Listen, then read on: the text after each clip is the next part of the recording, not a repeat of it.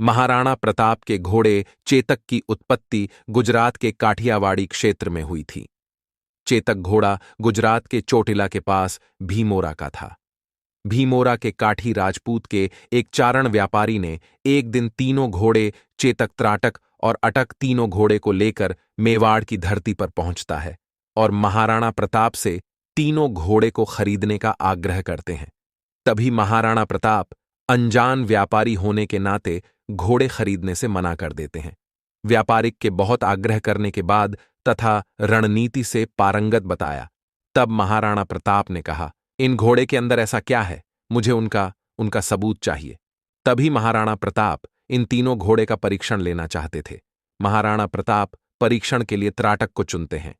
तभी परीक्षण के दौरान त्राटक मारा जाता है। त्राटक के परीक्षण के बाद महाराणा प्रताप चेतक का परीक्षण करते हैं। परीक्षण के दौरान चेतक की असाधारण बुद्धिमत्ता, गति और शक्ति उजागर हुई।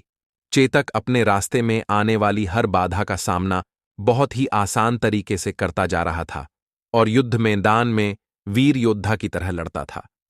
चेतक की इन सारी गतिविधियों को देखकर महाराणा प्रताप बहुत ही आकर्षित होते हैं और चेतन को अपने सच्चे दोस्त की तरह अपना प्रिय घोड़ा बना लेते हैं। महाराणा प्रताप के इन परीक्षण से पहले चेतक को कोई भी अपने नियंत्रण में नहीं कर पाया। स्वयं उनके मालिक के चेतक को सिर्फ उसका मालिक ही कंट्रोल करता था। बताया जाता है कि चेतक घोड़े को एक व्यापारी ने जंगल से पकड़ा था और चेतक पहले बहुत ही उदार स्वभाव का था। चेतक को किसी भी प्रकार की रस्सी से नहीं बांधा जाता था।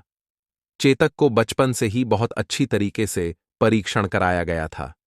चेतक को नियमित अभ्यास कराया जाता था क्योंकि उसकी गति शक्ति और सहन शक्ति बढ़ सके।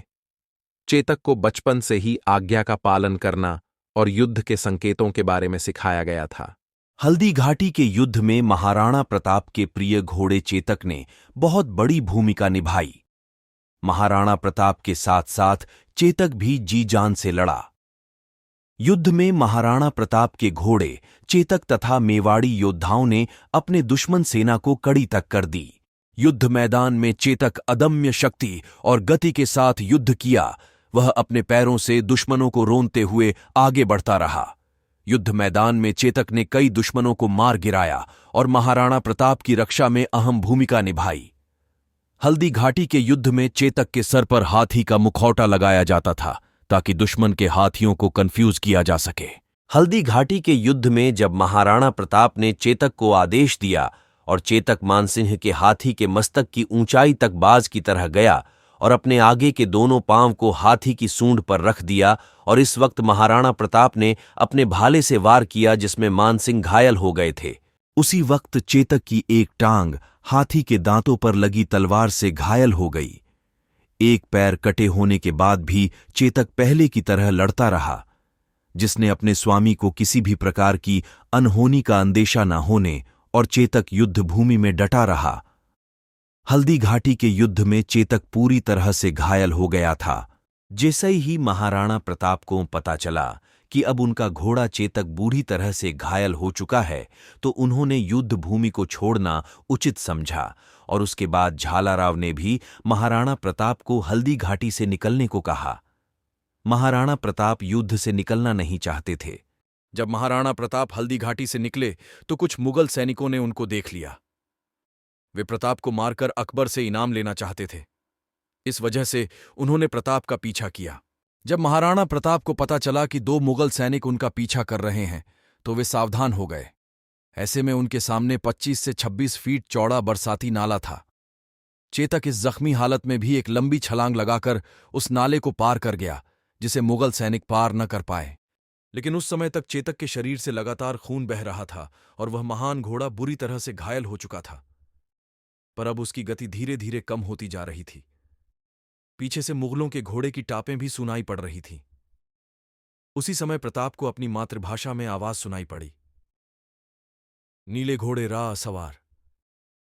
प्रताप ने पीछे पलटकर देखा तो एक ही अश्वरोही दिखाई पड़ा और वह था उनका सगा भाई शक्ति सिंह। प्रताप के साथ व्यक्तिगत मतभेद ने उसे देशद्रोही बनकर अकबर का सेवक बना दिया था और युद्ध स्थल पर वह मुगल पक्ष की तरफ से लड़ रहा था। जब उसने नीले घोड़े को बिना किसी सेवक के पहाड़ की तरफ जाते देखा तो वह भी चुपचाप उसके पीछे चल पड़ा। परंतु केवल पीछा करने वाले मुगलों को यमलोक पहुंचाने के लिए। चेतक की वीरता और बलिदान के कारण ही हल्दी घाटी का युद्ध मेवाड़ की सेना के लिए एक वीरतापूर्ण युद्ध बन गया। चेतक की वीरता का भारतीय इतिहास में एक अद्वितीय स्थान है। वह आज भी वीरता, शक्ति और समर्पण का प्रतीक माना जाता है। वीर घोड़े चेतक के लिए वीडियो को लाइक और चैनल को जरूर सब्सक्राइब करें।